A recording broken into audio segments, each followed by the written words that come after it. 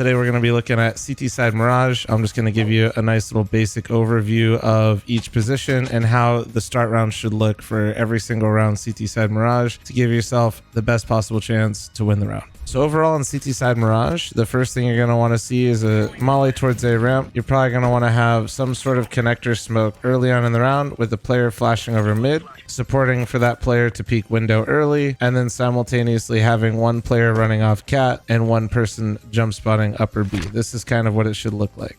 So first, I'm breaking down CT Side Mirage. We're going to start with the hardest role first. The hardest role, don't care what anybody says, is anchoring A. Your mid player is probably going to die. You're going to get lurked from Palace. Some weenie's going to run out A ramp in the first 15 seconds and try to run you down through a molly. So as the dedicated A player on Mirage, the first thing you want to do is always have a Molotov. Always, always, always. Just start the round, dump a molly.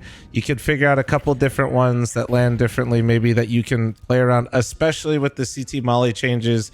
They can always be on the back side of the wall and peeking you towards triple. You need to be aware of this as the CT player. You can try to manipulate your molly so it gets further back on the wall, but then it's going to leave gaps on the other side where it's thin, close to the wall, and they can run out on you. You have to be very careful. The molly is still incredibly good to throw at the start because, one, if somebody runs through it, you're going to have the advantage of them running through a Molotov, ideally taking some damage. You get the audio cue. If you can't afford a Molotov and it's a gun round, you're an idiot and you need to buy a Molotov, so figure it out. Now, after you molly ramp, if you're a really good teammate and you're playing with people, the next thing you want to do is flash for middle. Flashing for mid, you have to be careful because once again, when you're flashing mid, if you hear somebody run out your Molotov or they extinguish it, you're going to be in a little bit of a compromised spot. So be very careful of where you throw these flashes from. So at the start of rounds, you want to flash over, and mid to late round, you want to flash over connector instead and through connector. Positioning. Genuinely, I don't really want to tell you too many spots because there are so many different positions that you can play. You can play off angle, you can play under balk, you can play default, you can play triple, you can play sandwich. It really comes down to personal preference. Realize that if they're not rushing you, you're playing a game of hide and seek. So you need to become the hide and seek champion and make sure that you're never in a position where when that one weenie that decides to walk out on you doesn't know exactly where you're at to get a free kill. If your teammates are going mid, dying every round, fighting in mid, and just leaving you on an island, a really great option in general is just playing ticket. People are nasty and they're going to one-tap you from time to time in this position, either coming out Palace or coming out ramp. Just be ready for that. So be mobile, play this box, get comfortable with it. This is your home now. Connector player. The A connector player is the Chad of the site. He basically ignores his teammate in the A bomb site, but ideally, if you're playing it well, you want to be the guy that actually helps your teammate in A a little bit while simultaneously fighting mid. And that starts with your spawns. If you are all the way in the back and then you try to cross A ramp at the start, just keep in mind, there's a good chance that you're going to die and it's completely your fault. Don't be afraid to path through window later behind your mid window player, come through the vent and enter connector this way. In the mid round for the connector player, things that you can do. Throwing smokes bottom con in different ways and getting comfortable with how to play around them is really strong. Sometimes you could throw one at the bottom, and this one, like that I just threw, bleeds out a little bit, right? So you can come out here. You can look for a guy walking up underpass. There's little cheeky plays that you can do, and dropping your smoke early in the round in mid, especially if you know the other team likes to come out mid, can be really powerful, especially combined with your teammates flash from A or your teammates flash from cat. You really want to try to keep track of your A player's Palace for them. Whether that's maybe you don't want to use it for mid, maybe there's no pressure in mid, you can smoke his Palace to prevent the lurk and hold it and jiggle around here, and then also maybe try to get a little cheeky kill and hit a timing on the A ramp fight. If you peek this and die though, this is your fault, but this is kind of the life of the connector player. You really get to move relatively freely. It's just all decision making, and the only way you're going to develop that decision making is by trying different things and dying a lot and getting yelled at by your teammates, because that's the real Counter-Strike experience. Mid window player, the star. First off, if you're the window player and you're not confident in what you're doing, or you're really not that great at it, stop playing it, go play B. The mid window player in Mirage is probably the single most impactful player on the entire CT side. If you are playing versus players that have watched many Austin CS videos, the nade guy, and they have instant window smokes, first thing you need to know is different nade lineups for how you want to nade window to pop the smoke. I'm sure you can find one lineup that's quote unquote better than others.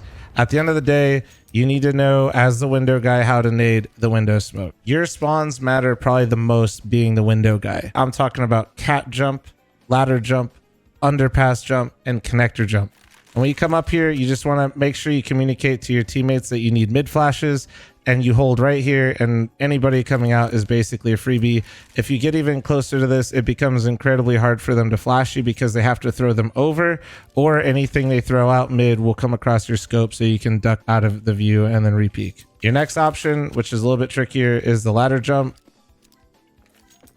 You can come here and you can come out and post here. Now, if you're opping, please understand this angle is awful, and you should only be here if you are absolutely certain they will not go underneath. If you sit here with an op, the mid guy with a rifle will just walk down here and pop you in the head like an idiot. I prefer to come out with this and then hold further out so that way people can't transition into the mid ramp. Once again, you need to have a good spawn because, well, yeah, you can jump underpass. If I jump underpass and I don't have a good spawn, they're going to see me and I'm going to feel like an idiot as a Molotov and HE flashes come out and I just get absolutely bombarded underneath. One more option, and the easiest one that you can do, make sure you have your teammates flash an A, jump out window, and come out and path to connector. This way you're catching anybody coming out early that's going to be crossing the boxes. This is a very safe pick. However, the higher up in like elo or matchmaking rating you go, this will be harder to do. People will start to molly this. A lot of annoying people will just double nade this off the bat,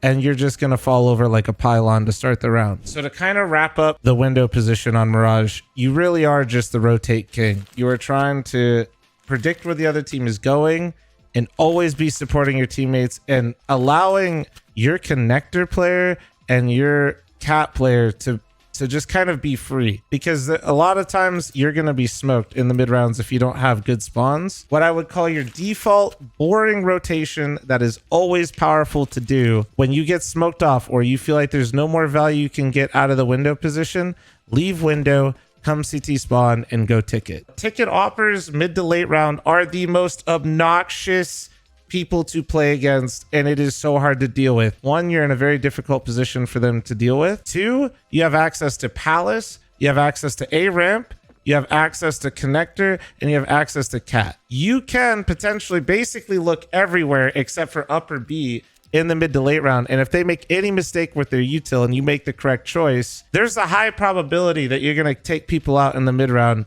and you are very hard to deal with, especially if you tell your teammate and yell at them to go play somewhere close A ramp so you can sit top ticket. All right, next up, we're going to talk about the cat player. So similar to the window player, as a cat player, if you have good spawns, you should feel pretty confident in being able to, one, make the cat jump, and two, the more effective one for you as the cat player, the ladder jump. You can get in here early without them seeing, and if you stay in here, one, you have cat very safely, you avoid all the util early, and two, if they were to go out mid quickly and try to do any sort of cheeky cat split, they have no info that you're here, and the chances of them expecting you are really low, and clearing you could be really low as well, depending on how fast they come out mid. I try to make sure that the person that I randomly am playing with in these pickup games is set up for success as much as possible. And that means I start every single round, I just burn my molly upper B. It's not the best molly in the world. You just chuck it up there, bounce it off the wall. It just helps with the B rush so much. If they decide to do a crazy rush, you're going to hear them, but also on top of that, they're going to have to smoke the Molotov, which is a great indicator for your anchor that's on B with you to then molly. And then if you're ready for it, and what I'll get into next is when they smoke that molly and you are over here, you can just bounce this, and I guarantee you, you will nade at least 2 players for 50 damage every single time they do a B rush. Now we kind of focus more on mid. If your connector player and your window player are not fighting, you need to be mindful of that and understand where you can and can't be and where the enemies can and can't be. For whatever reason, window is smoked and your connector player cannot see middle, T's can rush you immediately and meet you at bricks. When you get around here, you can hear everything. You can hear the guy rushing underpass, you can hear the people rushing upper B, and most importantly, when you get closer to bricks, you're going to hear anybody scaling up cat right here. If you look at my radar, you can see the audio cue and how far it goes.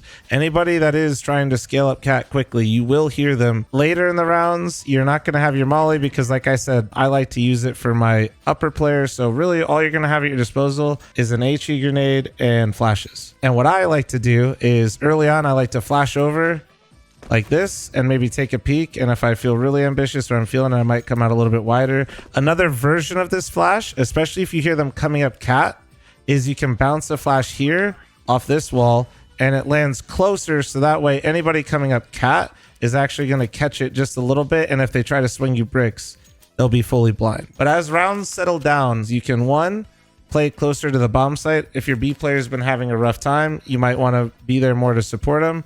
Or option 2, the other team just likes to kind of play in mid. And this is the more popular option if you are playing in like, you know, just pick up games, because everybody just sits in mid for 40 seconds. And if you get inside ladder with those flashes and they don't know you're here, it's really hard to clear you out. Most people drop a molly. It only burns the bottom. You're an absolute menace to deal with. Just keep in mind, if you put your back against the wall here, they can see you underneath the window. So kind of always stay close to this wall. But in general, playing in ladder, if the team likes to go heavy mid, is very powerful. If your teammate B has been struggling, maybe choose not to do that, so that way you can be in a closer position to help them. So last and very much the least, the position pretty much nobody ever wants to play, B. You can't really like win the rounds for your team. All you could do is not lose them. Hopefully your cat player is mauling for you. If you're in a low elo game or any sort of game, maybe just ask your cat player to do that for you.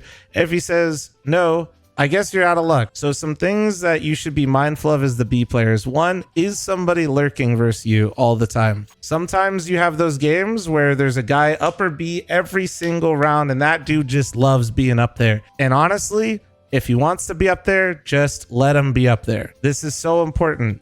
They cannot take the bomb site on the plat. They have to jump down. And when they jump down, there's always an audio cue. Fighting the guy in upper, if you're feeling it, go for it. But if you're having a rough game, there's no reason for you to have to give this guy a kill. If you're in one of those games where everybody just runs mid, death balls, and there's very few players up here, get comfortable with pushing. 1, let's say your homie mollies for you early, and then that can set up you just bouncing a molly off this wall here. You don't need to get super fancy. And while that molly's up, you could just come up here, safely know that you can access this upper area. And you have 2 options. You can just let it burn and fizzle out, and maybe you play up here, or maybe you try to walk up further. But what I like to do is, when I'm forced to play this spot, because I would never willingly play here, is molly deep upper, and you come up here and you just get up here and drop a smoke. Now, once you drop this smoke, you kind of cut it all off, right? You can do a lot more than just like sit and, you know, me telling you to jump spot upper B and, you know, try to make sure you're moving and not just going, hey, shoot me. You do have options. You are going to have to practice it. You will probably die. If you're doing stuff like this, this is really powerful when your teammates lose mid. If your cat player comes back and can even just do something as stupid as just toss a flash right here, I'm going to tell you right now, if your team loses mid, but you get into this position right here and you just hold them coming into the doorway, you are so valuable to your team, because your cat player can maybe lean towards window. Your players can stack towards A. You give your team so much map control by you being up here, because they just don't have to worry about anybody coming up or B. And 2, if they decide to split cat, well, great news. If they put anybody up or B, you're more than likely going to kill them. And 2nd, when they take the bomb site, now you have them consolidated into the B bomb site, and they don't have upper B control. So last but not least, the famous B rush. Your teammate's mollying this for you and is a great person, okay? When you hear the other team smoke, or you just hear a rush in general, some really good things to do. The first and foremost is literally just dropping a smoke in this area. There's some set ones and you can find different ways to throw it, so maybe you get a little bit more value out of the smoke so you can like look over it. But throwing this smoke and then playing anywhere back of sight is really powerful. Don't run around though after you throw the smoke. Remember, this is hide and seek. You got to be the hide and seek champion. Either hiding bench, maybe you could come over here and you can wait for them to swing you on default. You could back up and play like an off angle for them jumping down. You could do a lot of different things. It's just to cut off the sight. And then the only way they can see you, right, is if they come up over, which then if somebody's rotating, they can clean them up easily. And last but not least, a very common spot when you throw the smoke is just sitting in this corner. But you got to be careful even in this corner, because decent players and decent teams will scale quickly and might wrap you. So maybe even be really close to the smoke while you're blind So that way, while you're getting flashed, you're not just sitting in a corner while they run through it and getting killed. If you have enough time, because your teammate was really cool and you got the early warning system off, dropping this smoke like this, and then maybe dropping a molly either on plat or dropping it underneath the window are both very good options. Dropping it on plat forces them to jump out the window, which means you're isolating where the T's can be for your team in the rotates. And then dropping it on the ground means that anybody trying to jump out the window fast and move is going to tick and burn, and you're going to know that as well. I appreciate you guys watching the video. Please, if you guys did enjoy the video, don't forget to like, comment, subscribe, hit the bell, all that good stuff. Let us know in the comments below what map you'd like to see next, or maybe if you want me to do a T-side for Dust 2 or Mirage.